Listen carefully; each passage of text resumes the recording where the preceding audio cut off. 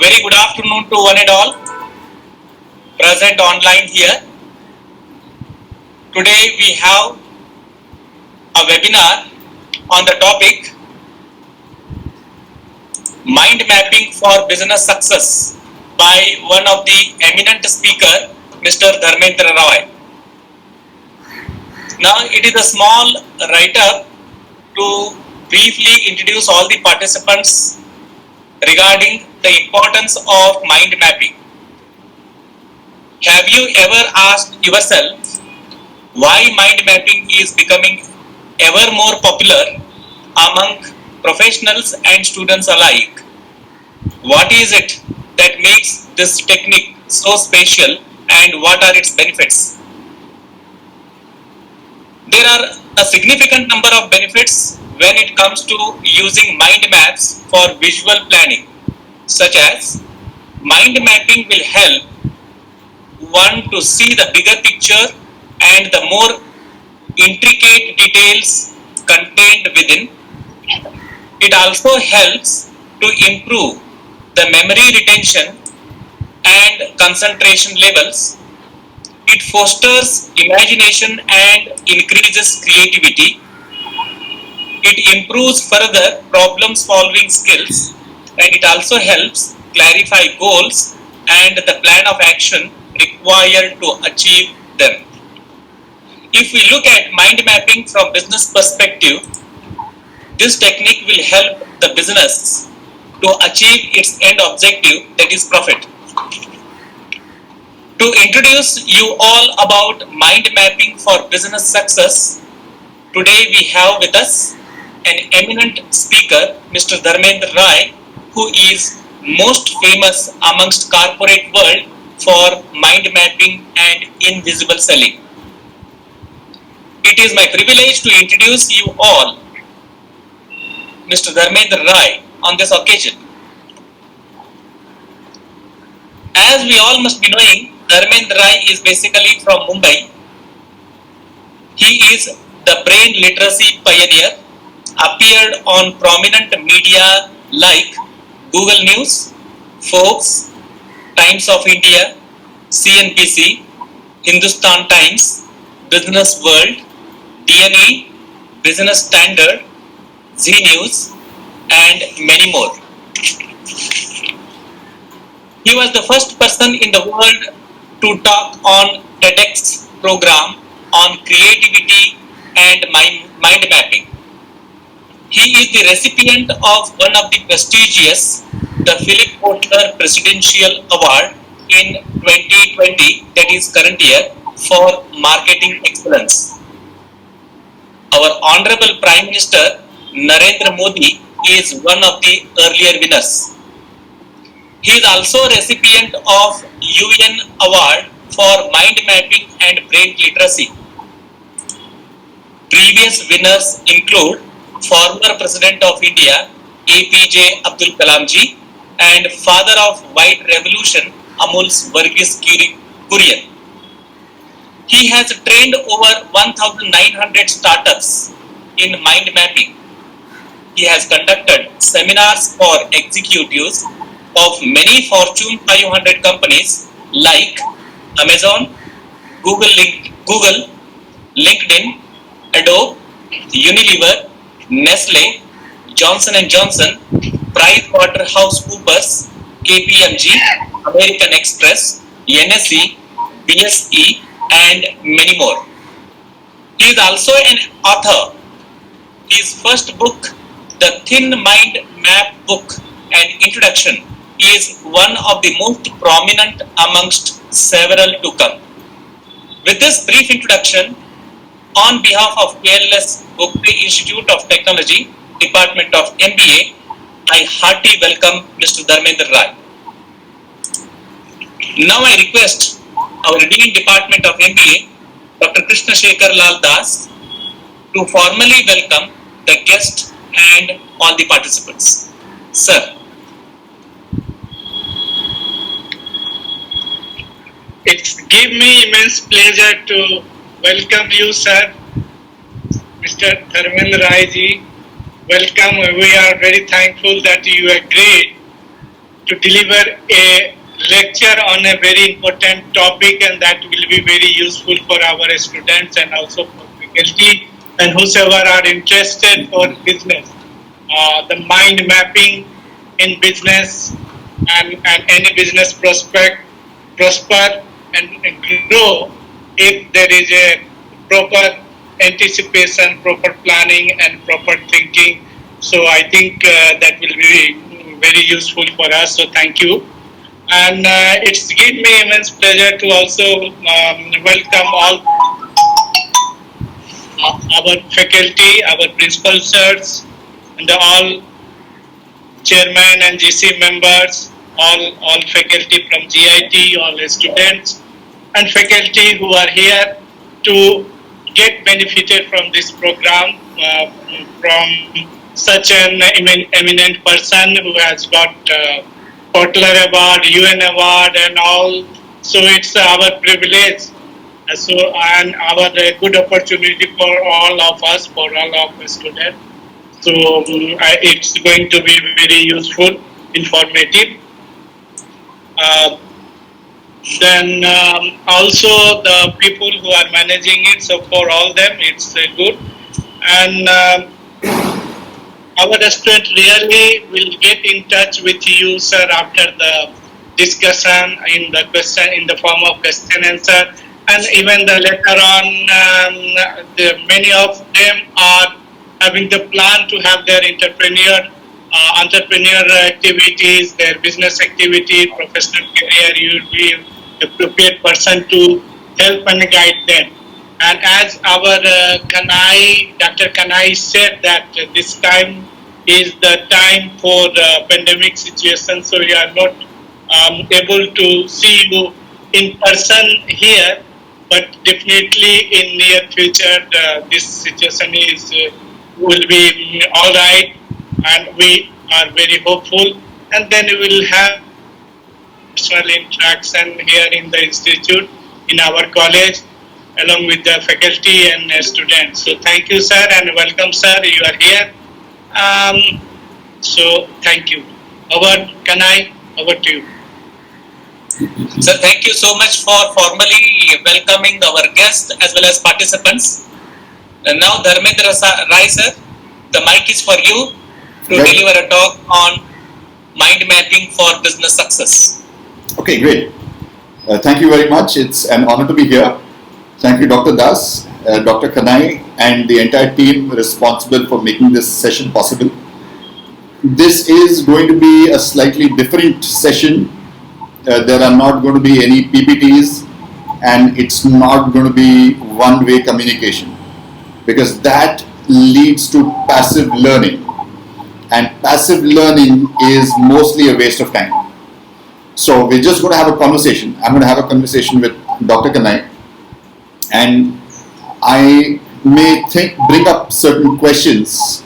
I would encourage you to answer those questions, and I would encourage everybody listening in to answer those questions in their minds, or if they have a pen and paper, to jot down those questions, so that they can then compare those answers with the answers that I'm going to suggest. The research has proved that this is one of the best ways of learning. Quizzing is one of the best ways of learning. It's one of the best ways of understanding a subject, and it's one of the best ways to move information from short-term memory into long-term memory. If you're just passively exposed to information, the research has shown that information just drops off from your brain, because every day your brain keeps on cleaning information in an organ of the brain called the hippocampus. So I'm going to start with something very interesting, and as we go on, it's going to become more and more interesting. So the last part, we're going to have a very exciting video also. So people, I sincerely encourage you to participate. Don't think about being wrong, because this is the place to be wrong. A university is the place to be wrong. It's not a good place to be wrong if you're chief executive of Amazon. Every time you're wrong, you lose billions of dollars. But this is a place to be wrong. This is a safe environment. So let's begin. assume that a bat and a ball together costs 110 rupees, and a bat costs 100 rupees more than the ball. Okay, so just intuitively, without thinking too much, what do you think is the cost of the ball, Dr. Kanai? What's your intuitive answer? Don't bother about it being right or wrong. Okay. Unmute your mic, Kanai. Sir, please come again, sir. Yeah. Okay. So you got to answer this question without too much thinking. Ideally, Yes, sir. in 5 to 10 seconds. Yes, sir. A bat and a ball together costs 110 rupees. Okay. The bat costs 100 rupees more than the ball. How much does the ball cost? 10. Yeah. 10 rupees. That's absolutely the normal answer. It is the wrong answer, but that's the fun. We are all in an environment where we are making mistakes to learn. We are not trying to be right, because trying to be right all the time is great ultimately, but it's not great for learning. In a way, you have qualified to be in Harvard, MIT, and Princeton. Okay, because 50%, 50% of people from Harvard, MIT, and Princeton gave exactly the answer that you gave. Okay, so you should not feel bad about that answer. Now, if you the actual answer is 5 rupees, and the bat costs 105 rupees. So that's why it's 100 rupees more expensive than the ball, because 105 minus 5 would give you 100 rupees. Okay, so that answer comes after a few seconds. But the intuitive answer is 10 rupees because your intuitive brain, your fast brain, your reflexive brain, or there's a wonderful book which I recommend every human being on the planet to read, other than my book. That's called Thinking Fast and Slow, by a Nobel laureate in economics, who's actually not an economist, who's a psychologist. His name is Daniel Kahneman. So he calls it System 1 thinking and System 2 thinking. System 1 is your intuitive brain, is your reflexive brain, and System 2 is your analytical brain. Okay, so why did I ask you this question? Why did I begin with this? It's because mind mapping is just one tool, and we will talk a little about that tool. But mind mapping is just one tool. Ultimately, the message I want to give out is the message of brain literacy. The more you understand about how your brain thinks and how most people's brains think, you will make it easier and easier for yourself to achieve whatever you want to achieve. You want to achieve something mentally, you want to achieve something physically, you want to achieve something financially, or in terms of relationships. If you understand how your brain works, you are increasing your chances of doing that. So I want to, for a few minutes, let everybody understand that making mistakes again and again is perfectly fine, and plenty of people make lots of mistakes. Plenty of people that we see in the media, and we think of them as supermen because they've achieved quite a lot. We think that, oh, these people must not have made too many mistakes in their lives, which is completely wrong. It's just one-sided coverage by the media that gives us a distorted picture about the abilities of certain people and makes us feel that these people are from a different planet and they're like supermen. So in the interest of time, I'm just going to talk about 3 such personalities. Okay, so again, Kanai sir, you're in the hot seat. So again, I told you you're in good company, right? You're as good as Harvard, MIT, and you're in the company of Harvard, MIT, and Princeton. I don't mind, sir.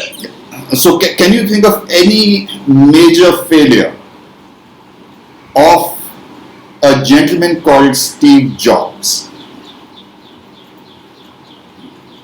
No, sir. Okay. No.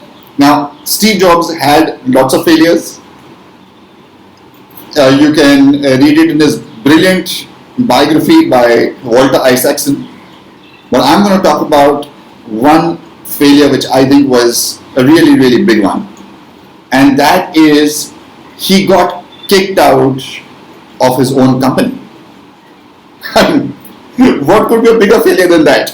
You start a company, you work your butt off, you don't have a marriage life, you don't have a family life, you totally focus on that company, you build the brand, everybody around the world knows that Apple is a great company, and then you get kicked out by the board of directors from your own company. I mean, what could be a bigger failure than that? Okay, I'm not talking about normal failings. I'm not talking about him seeing a movie which was useless and then saying, oh, I've wasted 3 hours of my life. Forget all those small decisions. These are big decisions. These are make or break decisions. These are huge career decisions or financial decisions. So, just to round off Steve Jobs' story, this was a major failure. Apple 1 and Apple 2 were great products of Apple. They were really the products that got Apple to be noticed. And one of the major reasons for that was Steve Jobs' partner, Steve Wozniak. You'll be shocked. Plenty of people don't even know that Steve Jobs had a partner called Steve Wozniak, because Steve Wozniak did not understand the importance of marketing, or does not understand the importance of marketing, because Steve Wozniak is still alive and he's not bothered. He's a tech guy. He's very happy being a tech guy. That's great. This is not a personal assessment. This is a business assessment of his personality. So this was one big failure. The Macintosh was a huge failure when it was initially launched. It was very, very expensive. Plenty of consumers just rejected it. So Steve Jobs actually had plenty of pretty big failures.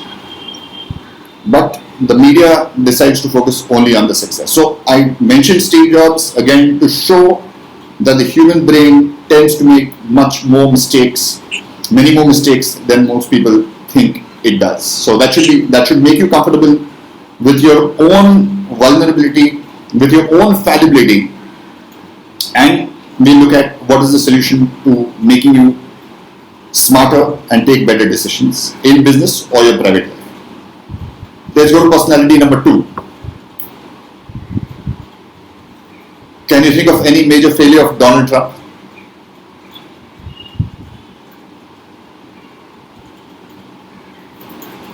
So it's for you. Okay, the mic's off. Sir, to be frank with you again, I heard about him only when he started contesting for the elections. Okay, fine. Donald Trump is somebody I've been following since 1994. That's when I came to know about him. I've read virtually every book of his and I've followed him very, very strongly. So the minute I came to know that he is going to run for president, I immediately put it out on social media that he is going to win. Because there's no way Donald Trump will run if he thinks he's going to lose. And I predict that he's going to win the next election also. I have absolutely no doubt in my mind, because I think I understand his psychology and his motivation very well. But the point is, he has, according to reliable sources, been bankrupt 5 times. 5 times. Okay, he's managed to bounce back and make a big success story and write books about it and make even more money based on his bankruptcy. That's a different thing. But most people in the world, 99% plus people in the world who go into bankruptcy never emerge successful again. They lost. Nobody trusts them because they've been bankrupt. To climb back again from bankruptcy is very, very difficult. So here's again an example of a very prominent gentleman whom plenty of people think has Superman-like powers. He does not have Superman-like powers. He's been bankrupt 5 times. And let's move on to the third gentleman, who probably more people will get this answer correct. A according to you, what is the biggest failure of Mr. Amitabh Bachchan?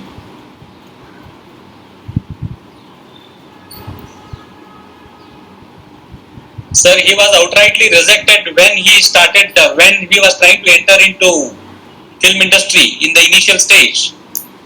Okay, so that was definitely a failure, but not as a result of faulty thinking, or not as a result of any mistake on his part, or at least not a major mistake on his part. Yes.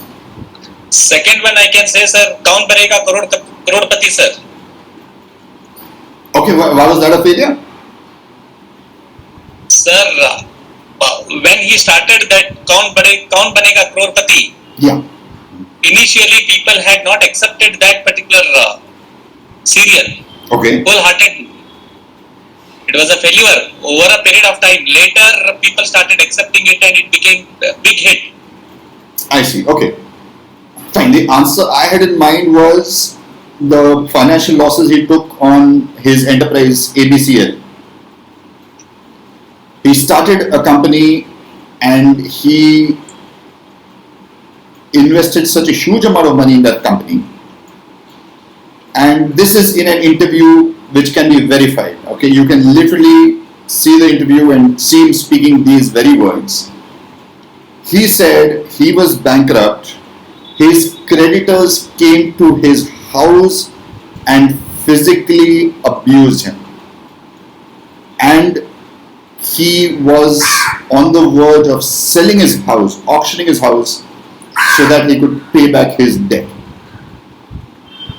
Now that is, in my view, it's a life-threatening. It's a failure that threatens the security of your entire family. In my view, that's a very, very big failure. Because why would you take such a decision when you have a family to protect and you generally need to be financially prudent? So that was my third example. These were examples of failures of individuals who have been successful also, but plenty of people did not know that they have failed to such a great extent, and that should convince people that failures are much more prominent and much more quantitative, much more all over the place than they think they know. So before I come to the research behind it, because these are just stories, you can say, oh yeah, this is just a story. Do we have large amount of data that would satisfy a statistician or satisfy a hard-nosed data guy? I have that. But let's just quickly spend a few seconds on some companies which have been failures. We spoke about individuals which have been failures. And failures, I mean just business failures. They're great individuals, or maybe great individuals. I'm not commenting on them personally. I'm just looking at a cold-nosed way, a hard-nosed way at some of the decisions they've taken. And the same for the companies as well. So what would you say is one major failing of Sony as a company?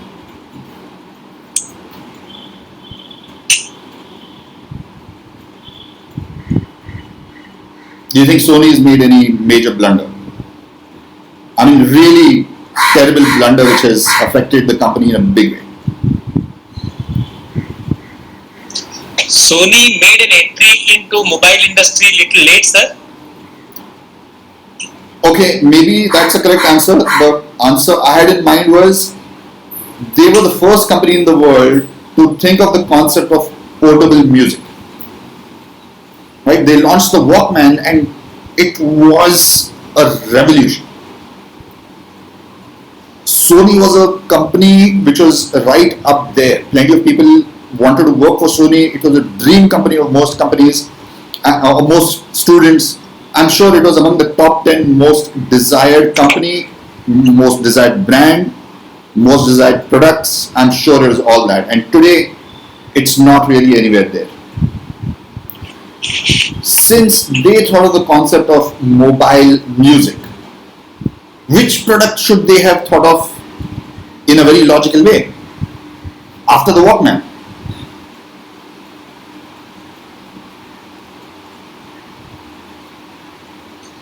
Sir, as far as Sony is concerned, it is known for Okay, I think we're getting some correct answers there. Hello, sir. Yeah, I think we're getting some correct answers there.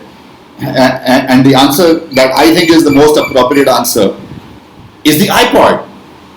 iPods. Right?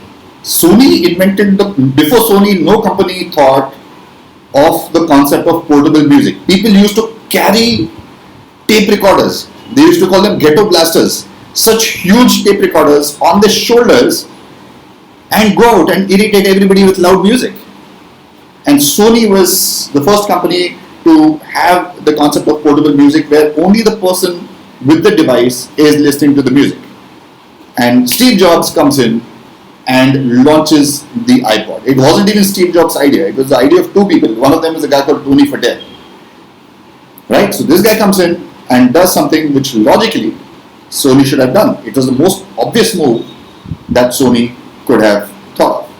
So I would say that's a major failure of Sony. That again should be a very good example that people and companies are not as smart as they think. The second one is Kodak. So I don't want to give any quiz here because everybody seems to know that Kodak failed to make the transition from normal photography to digital photography. Digital photograph. Yeah. So some people may say, why am I taking this example? Well, I'm taking the example because there's one more shocking fact about Kodak that plenty of people probably don't know, and that is that Kodak itself, Kodak itself invented digital photography, which must have made this failure even more disappointing, right? They must be thinking, oh, we were already there. We invented the technology that killed us. Is that crazy?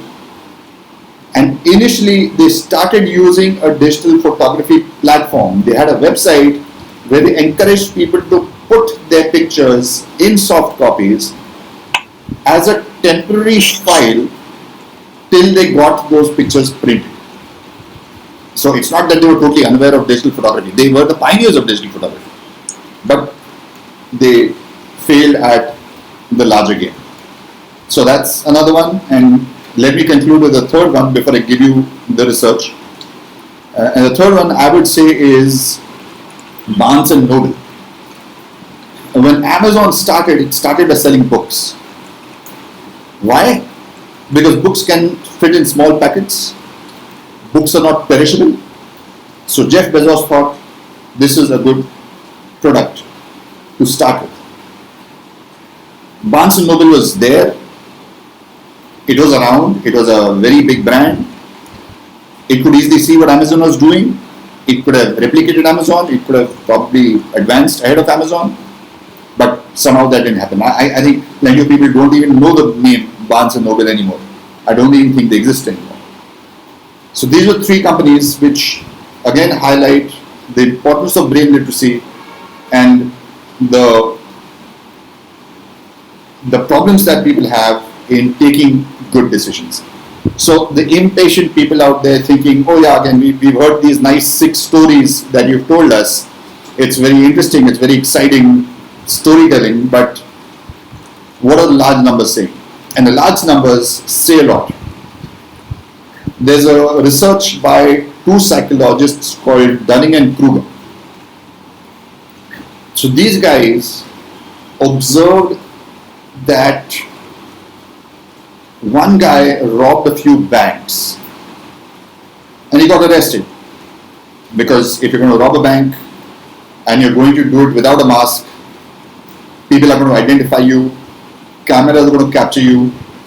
It's very easy to get hold of a criminal who just walks into a bank and talks to the cashier and asks for money. So this guy was called MacArthur Wheeler. And Dunning and Kruger were very surprised. They were wondering what's wrong with this guy. Why would he rob a bank when it's obvious that he's going to be arrested for that crime? So they went and interviewed him. They said, why did you do this? why did you not at least cover your face? What were you thinking? And he said, I did cover my face. Now, they were absolutely shocked. They said, look, we have CCTV coverage. We have eyewitnesses who've seen you. That's why you've been arrested. So, what do you mean you covered your face? He said, yeah, I put lime juice on my face. And they were even more puzzled. They said, you put lime juice in your face. So, what's the connection between putting lime juice on your face and covering your face? He said, there's this product called invisible ink. Okay, so you use the ink and you write something, and after a few hours your words just vanish. So he was very intrigued with that product, and he checked the ingredients of that product, and he found out that they put lemon juice in that invisible ink. And that's how the journey of Dunning-Kruger started. And they looked at lots of big decisions made by lots of people and came to the conclusion that most people in the world are not as smart as they think they are. And because it was research done by these two gentlemen, Dunning and Kruger, it's called the Dunning-Kruger effect. Okay, is there an audio problem, or is everybody able to hear?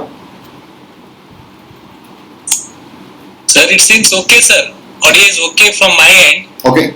There is one question from one of the participants. I have lost the audio. I see. Okay. So It's clear, sir. It is clear. You can go ahead. It's okay now. so it's we can take one question at this stage before I continue. So please let me have the question.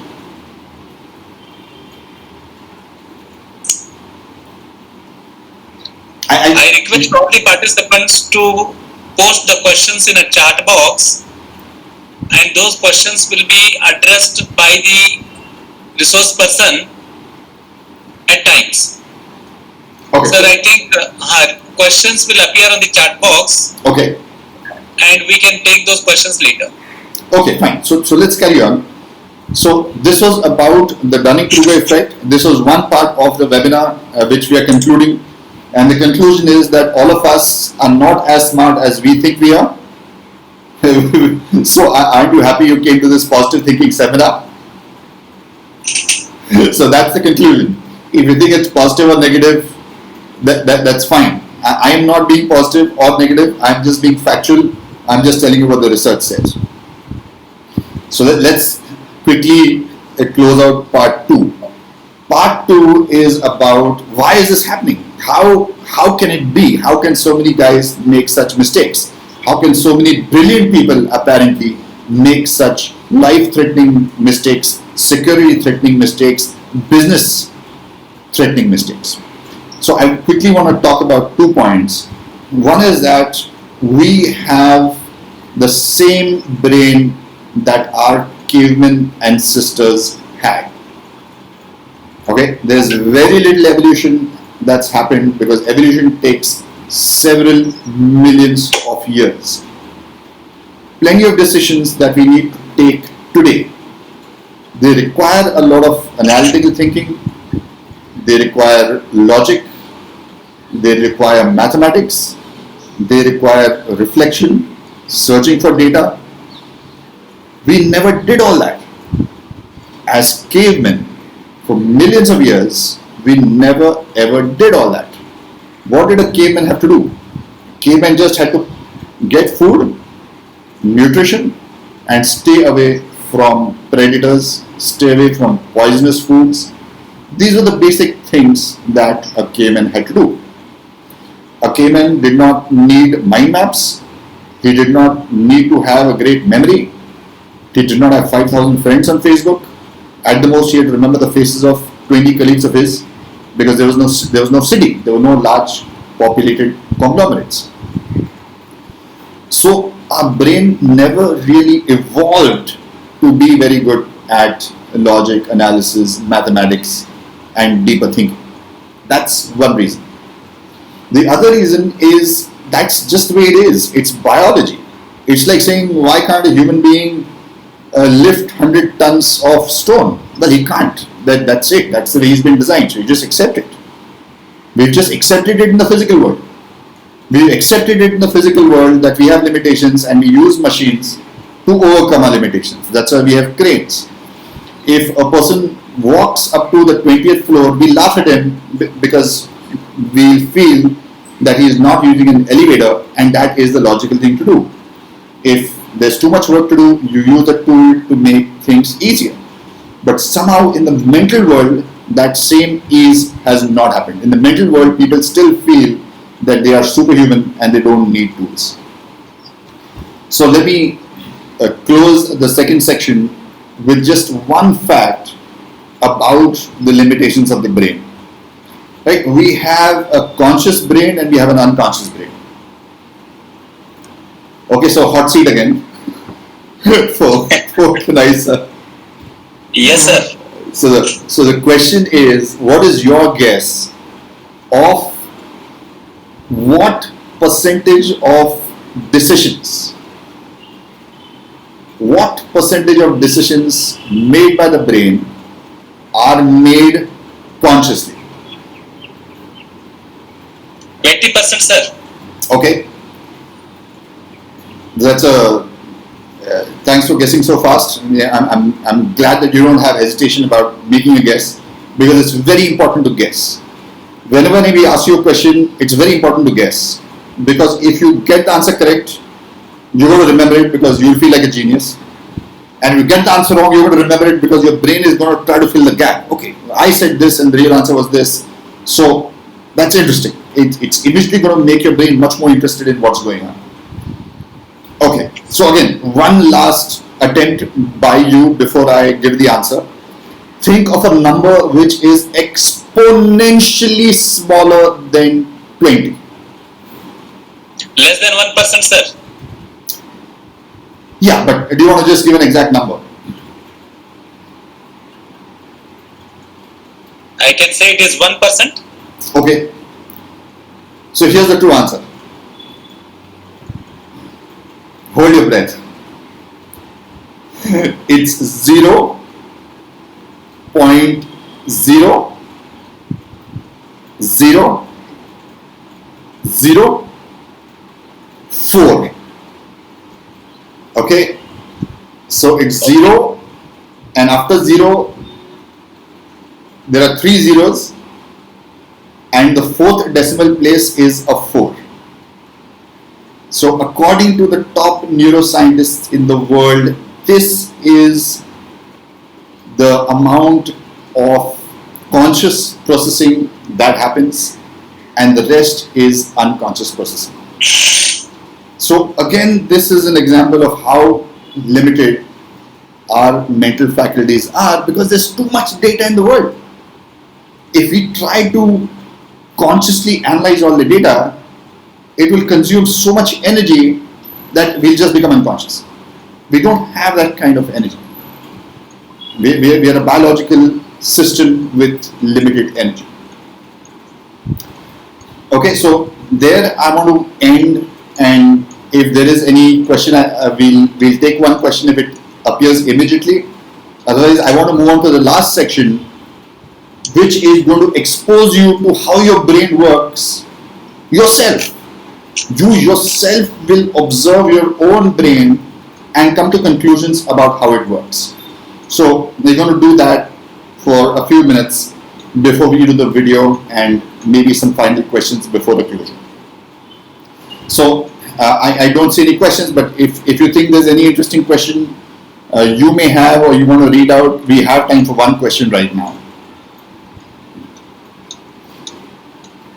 Sir, as such, there are no questions in the chat box as of now. Okay. However, there is one answer given by Mr. Akash Patil for the question asked by you. That is, what is the percentage of the decisions taken by your cautious mind? That is less than 1%. Okay. I think it deserves a big round of applause. Okay. Yeah, that's great, but it's always good to always guess, because now, since he said 1%, now his brain is going to spend some time thinking of the gap. Whereas people who have not guessed at all, they say, no, we'll wait for the right answer to come. They will learn less. So Mr. Patil is using his time much more smartly than people who are not guessing. And I'm not saying everybody has to guess on screen. I'm sure plenty of people would have guessed on their own, or they might jot it down somewhere. I'm just encouraging plenty of people to do this. It becomes live. It becomes interactive and active. Okay, so let's go to the last portion. Now I'm going to shock you by getting you to observe your own brain.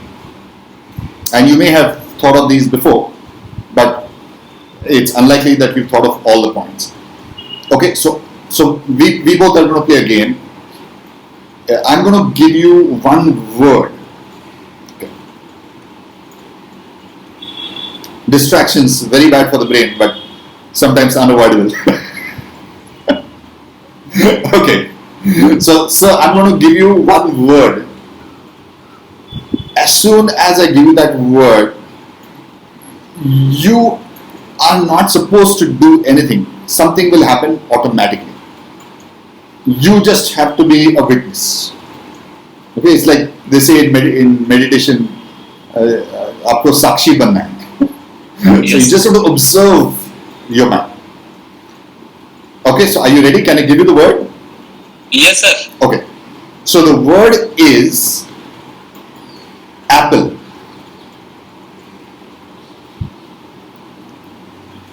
Okay, so there was some reaction, though you're not trying to get a particular reaction. There was an automatic instinctive reaction. What was that? The reaction seems to be apple is red, apple is sweet, Okay, apple is delicious, okay, apple is nutritious. right. And did you see a picture of apple, or did you see these sentences in a written form? I could picturize it, sir. Perfect. I could picturize all these things. So that's exactly what's happened in almost all the 400 in the almost 400 seminars that I've done. People always think of an image. Some people think of an apple. Some people think of the logo of Apple. Some people think of Steve Jobs. But people without fail think of an image. So that's lesson number one. The brain thinks in terms of images, without effort, without prompting. The reason behind it is again obvious. When we were cavemen, we didn't have language. We've been on this planet for several millions of years without a language. Language, as in sophisticated language that we are speaking today, has been on the planet only for 100,000 years. So obviously our brains are not as good at language as they are with visuals, or they're better at visual language rather than verbal language. So that was conclusion number one. Let's move on to the second question. Was this picture that you saw in color or black and white? In color, sir, because at the very outset I told it is red. Apple is red and delicious. Okay. Yeah. Great. So you added a kinesthetic angle also. Plenty of people don't go there. So that's good. That means you're multi-sensory. So great. That means you're thinking in much greater depth in various dimensions. Yes. So that is again spot on. In 400 seminars, everybody sees an image and sees it in color, because we dream in color. We live with nature. We've lived in nature for millions of years, which is very colorful. It's only now that we moved into concrete areas where the amount of color still is not very high. The brightness of those colors is not very great, but millions of years of engineering, millions of years of wiring of the brain keep us addicted to the concept of colors. We love color. Without color, we shut down. Without color, we feel unhappy. People who are depressed, if they are put in a colorful environment, they literally feel happier. So we love color, we need color. So images, color. Now the third question. You saw a red apple. Did you also see other things related to that apple? So if you've seen the apple, then associated with that picture, you may have seen the Apple logo, or Steve Jobs, or apple juice, or slices of an apple. So you did. Okay. Yes, sir. So can you tell us just one association so that we get an idea? Sir, the moment you said apple, I could recall the memory of my visit to Simla. I see. Okay. Right. So perfectly spot on. This is the third conclusion. In addition to images, in addition to color, the brain thinks of things by way of association. It is impossible for a human brain to keep one piece of data in itself, by itself. The minute it thinks of something, it has to think of something else. And it thinks of something else, then it thinks of something else. It thinks of A, it thinks of B, then thinks of C, it thinks of D. So the human brain is naturally creative. But if you want to inhibit this creativity through tools which don't support the brain's natural behavior, then your creativity is going to suffer. So now let's get away from the Apple example, and I'm going to give you something very nice, relaxing, and entertaining. It's called a memory quiz.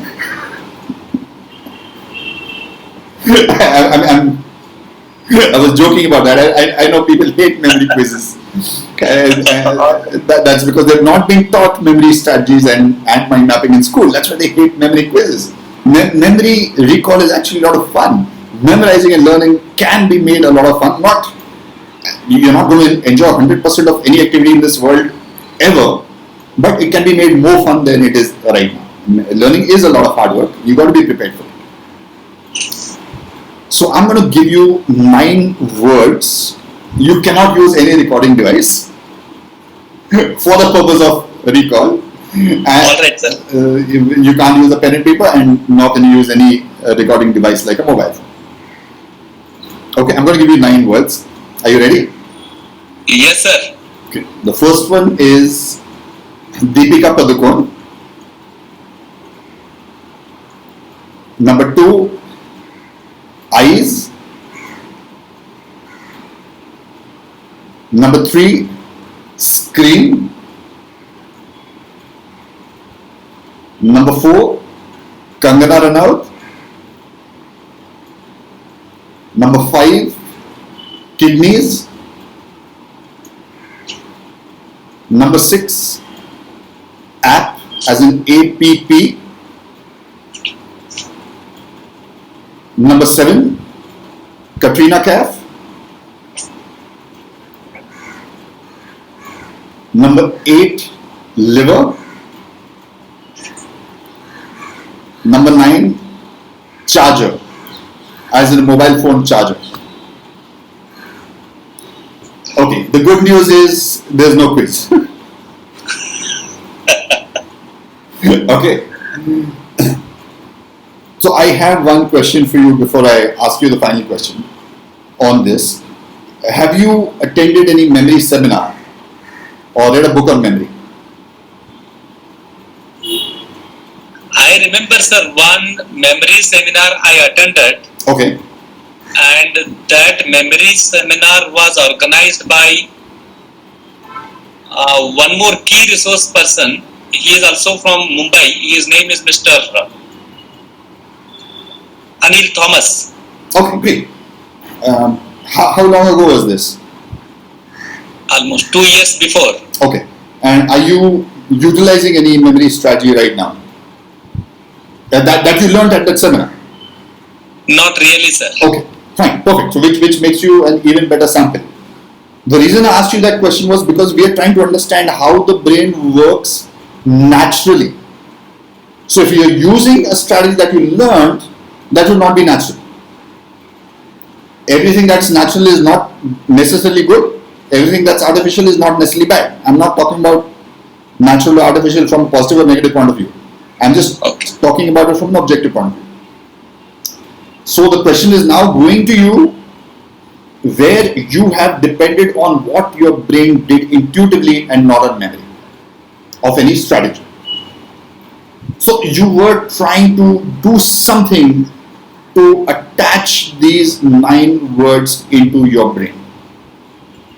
Could you tell us what you were trying to do?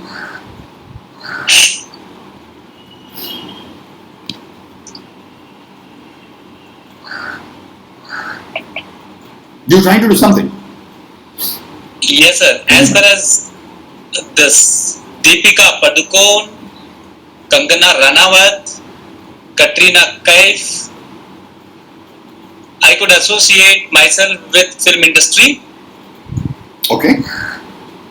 As far as kidneys, liver, I could associate these with the critical parts of the body. Perfect. So that's it. Your answer again demonstrates the 4th tendency of the brain that I'm highlighting, and that is the brain tends to form groups. Right? There's too much data, we can't handle it, we need to make our lives easier. So here are 9 pieces of information, you have chunked them, it's called chunking. You have created 3 chunks: film industry, technology, body parts. Which in addition, after you remember those chunks, those 3 items of data related to that chunk will come into your memory. But at least you made it more manageable now. So that is again something that the untrained brain does without training. Even kids who have not attended any memory seminar, not read any book on memory, will do this. Which doesn't mean that you should not attend memory seminars. They are extremely important. They will give you advanced strategies, but this is one strategy that is natural to the brain. And one last exposure to how the brain works.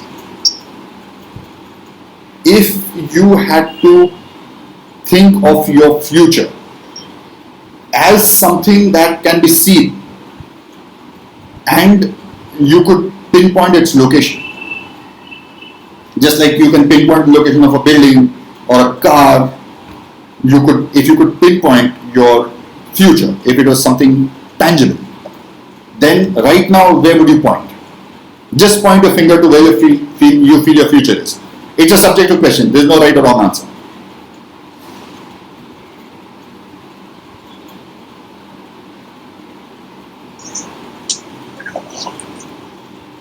You got to use your finger and point to where you feel your future is.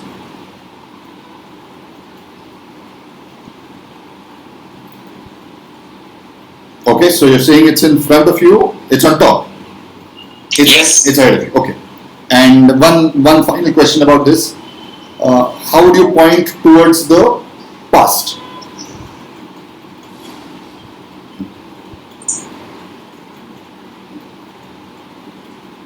No, is this pointing the... No, so is your past on your left or is it in front of you? It is in front of me, sir. Your past is in front of you. Yeah. Okay. So that I think that's absolutely fantastic, because plenty of people may assume that everybody thinks like they think. So everybody most people would probably think that the future is in front and the past is in the back. But that's not true of everyone. For example, for me, the past would be on the left and the future would be on the right. So everybody has his own orientation to handle data. I may want some piece of data on the left side of my page if I'm putting it down. I may want something here, I may want something here, I may want something there. That position means something to me. I feel comfortable with this data being here and this data being there. That helps me to understand information better. It helps me next time when I look at that information, I know exactly where to go. So the physical location of information has a lot of importance for people. So that was the 5th thing. So to sum it up, images, color, associations, grouping, and the last one I call it loci. Loci is short for location. We want information in certain locations, which is all very difficult to do with the current tool that most of us use almost all the time. And the most popular tool that I'm sure almost everybody in the audience is using is linear notes. Linear notes are a great tool. Yes. They have, you get detailed information, so it's a great tool. At the same time, if you add mind maps, then you have these 5 natural tendencies of the brain being respected. Mind maps have images, associations, and all the 5 things that we spoke about. Linear notes do not have images, they do not have color, associations are not very easy to see, grouping is not very easy to see, and loci is a problem. And hence, I am encouraging everybody, you continue using linear notes, but also add mind maps. Mind maps, all the more important for the students here, but important for everybody.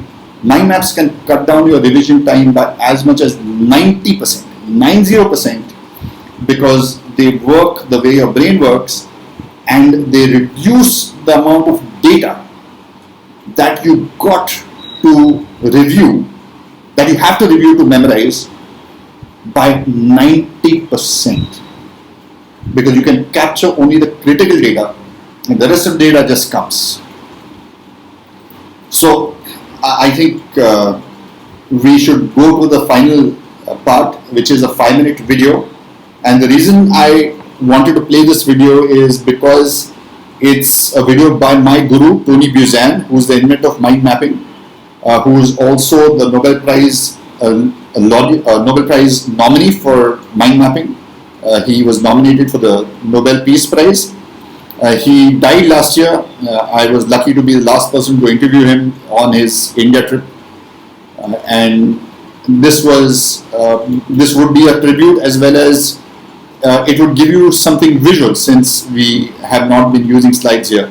You would get 5.5 minutes of visual delight learning what a mind map is from the originator, from the master himself. So we could do that, and after that we could take 1 or 2 questions and then conclude.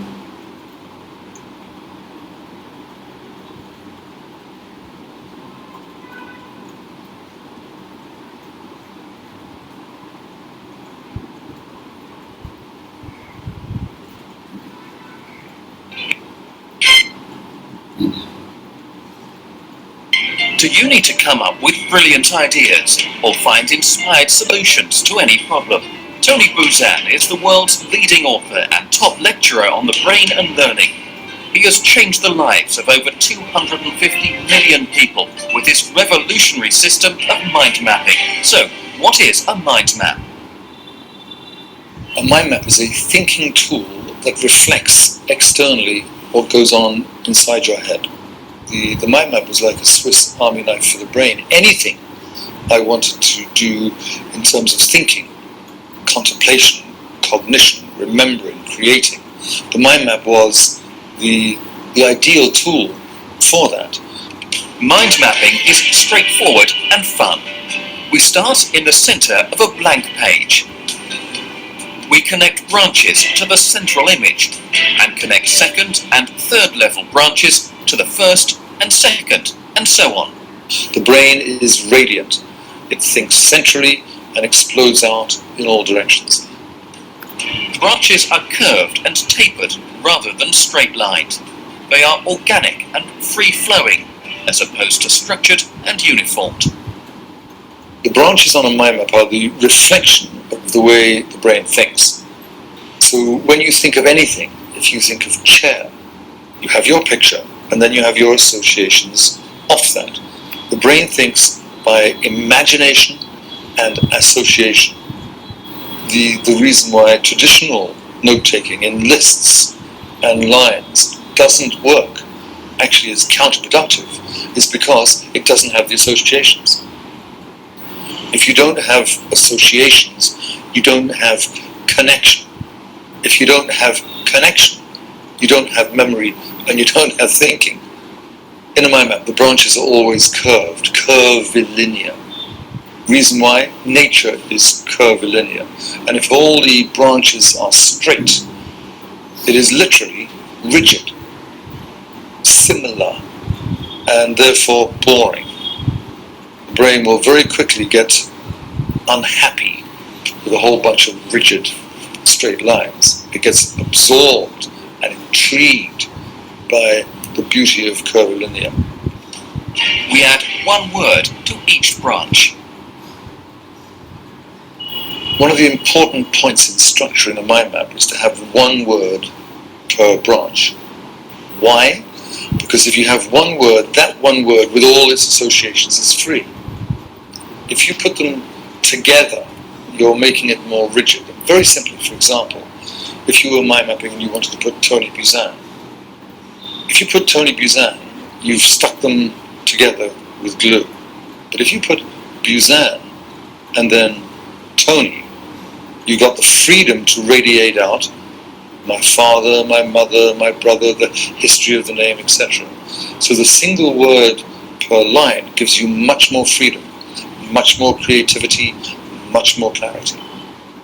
Ideally, the length of the word should be the length of the branch, for the very simple reason that if this word here is then placed next to this word here, and the branch and the word are the same line, then the meeting point is very close. So the two words are in space, close, i.e. they're connected. If you've got one word, little word here on a long branch, and a little word over here and a long branch, the words are disconnected. We don't use colour in notes traditionally because we are told not to in school. All the research says exactly the opposite should be so. We love colour, and studies at London University showed that people who use colour and image in their imagination when they are learning and trying to remember inevitably do better than those who don't. We use images throughout. Throughout a mind map, there should be keywords and key images. And if an image is easy for you to do, instead of people, you can quickly just draw 3 little stick figures. The image is a picture. The picture is worth 1,000 words. Another important point about the use of images, the use of associations, is that all the great geniuses did that. So if you start to use associations, you start to use images externally, you will join the pantheon of the great geniuses, like Leonardo da Vinci. Leonardo did it. Darwin did it. Beethoven did it. Every genius used image and associations, and the mind map is the process by which you can do that. It's a genius tool. We can shut it now. Yes, so if it's okay with you, sir, we can take a maximum of 2 questions, and after that, if anybody has any queries, I just want to mention 2 contact points. If you have any queries, just go to Google and say Dharmendra Rai. You'll get my website. You can send me any messages on the website. That's number 1. I have written a book called the Thin Mind Map book, which is available for free on Amazon Kindle, and it's also been chosen for Amazon Prime reading. So if you're an Amazon Prime member, after a week you'll be able to read it on Amazon Prime also for free. So it's selling very well and very well endorsed on Amazon. So I thought I'll just share these 2 contact points: Dharmendra Rai on Google and Dharmendra Rai Amazon on Google. That's how you access my books. So we can just take, we have time only for 2 questions maximum, and then we'll conclude. Sir, if you also have any questions, please go ahead. Yes, participants first. You can post the questions in a chat box. Yes, immediately, sir. 2 questions have appeared in the chat box. Yeah. So Let me read out this question. First question is from Sakshi Rajput. The question is, sir, is mind mapping and brainstorming the same or they are different concepts?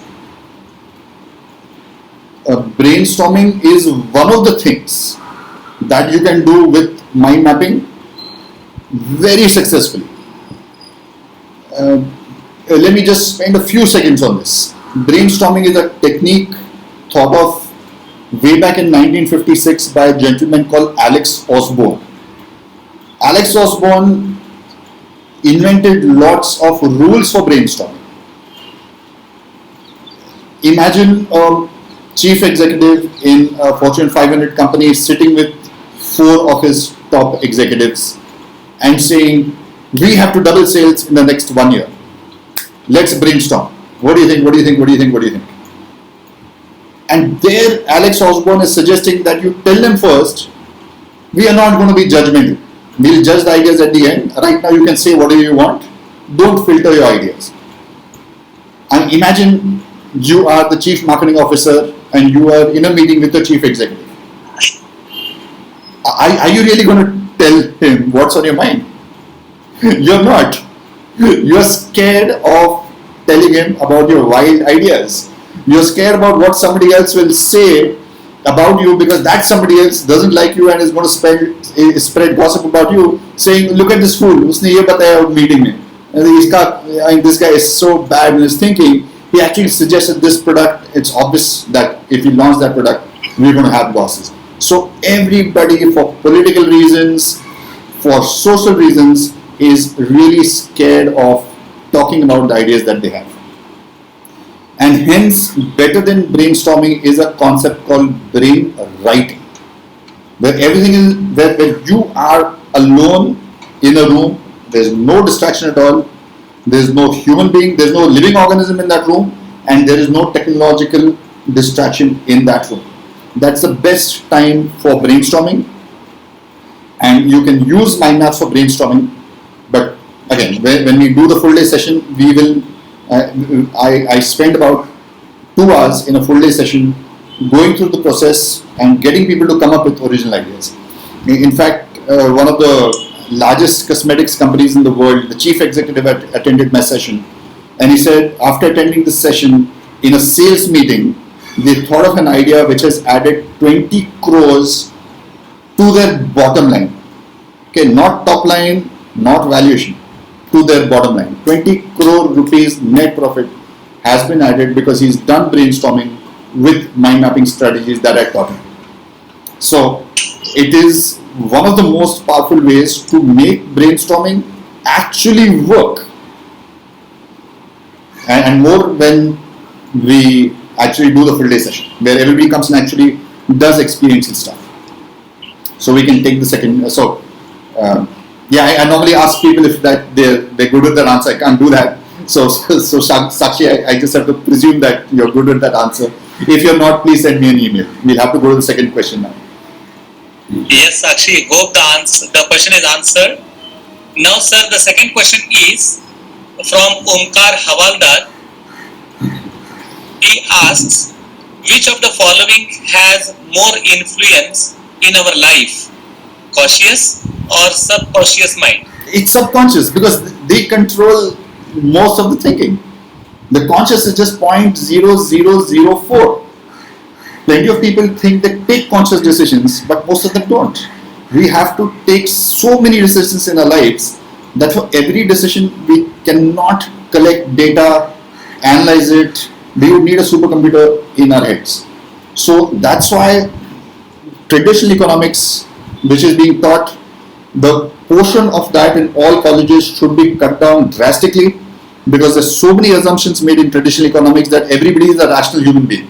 There's something called rational choice theory. It presumes that everybody makes a choice rationally. It presumes that in a free capitalistic market, and we are a pretty free market, we may not be as free as US or Hong Kong, or at least as Hong Kong was, it presumes that all the consumers know all the products in the market, they know the quality and the price of each and every product in the market, and based on that they take a rational decision. The conscious brain doesn't have that kind of power. Even people who are buying a house of 100 crores, a person who's deciding to accept a job, a person who's deciding to get married, even he doesn't have the kind of time, energy and money to do the kind of analysis that he should be doing logically. So plenty of people take decisions through their subconscious mind, or they take decisions through their conscious mind, but they're influenced by the subconscious mind. So I want to leave Omkar with something practical. So I want to leave him with the suggestion that at least for your most critical decisions in life, and there are just 20 critical decisions maximum in your life. Okay, forget the small decisions. You lose 1 lakh rupees here or there, you go to a useless movie and you waste time, you eat some horrible food and you go to hospital for a couple of days. Forget all those decisions. I'm talking about which company are you going to join, because that's a major decision in your life. Are you going to buy a house or rent a house? Are you going to get married or not? Who are you going to get married to? Think a lot before making any big investment in stocks or any investment instrument. Do your analysis very, very well. So these are places where you have to deliberately work very hard and push your conscious mind and be aware of the unconscious influences which may be making you take a wrong decision. So it's actually quite easy to understand what to do. But you've got to have the conviction that this is the right advice, and you've got to do a lot of hard work when you take those 20 decisions. So that, I believe, would be the complete answer to this question. Sir, thank you so much on behalf of Omkar and Sakshi, sir. Hope Omkar, the question is answered.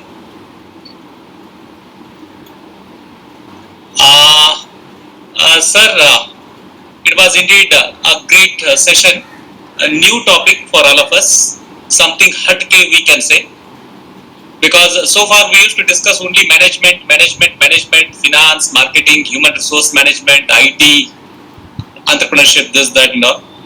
But yes, on behalf of all the participants, I definitely disturb you. I take liberty in disturbing you once this COVID situation will become normal.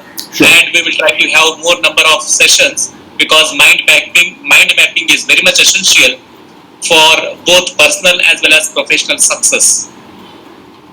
Great. So at this time, I take this opportunity to thank you for sparing your valuable time and sharing your valuable thoughts and experiences on this topic, mind mapping for business success, with all of us. Sir, we are very much grateful to you. We are very much thankful to you. On behalf of KLS, Gogte Institute of Technology and Department of MBA, we are very much thankful to you for sparing your valuable time and being with us to share your valuable thoughts. Thank you so much, sir. Thank you for inviting me and thinking about me. Thank you to Kinai sir, thank you to Roy sir, and everybody else associated in making this webinar a success. Thank you, sir. Thank you very much, sir. Have a great day, and we will remain in touch on. Please send me whenever you feel like messages on my website. No issue, sir. Yes, sir. Dean sir, would you like to say something, sir? Thank you. It was very nice and interesting one, and already you said that it was something hatke. So it was very nice, and really we are looking forward that situation is normal. Then we want to have you at GIT, sure, Belgavi. Great. Thank you, sir. Right, sir. Okay. Thank you all. Yes, and thank you all the participants for patient listening. Thank you so much.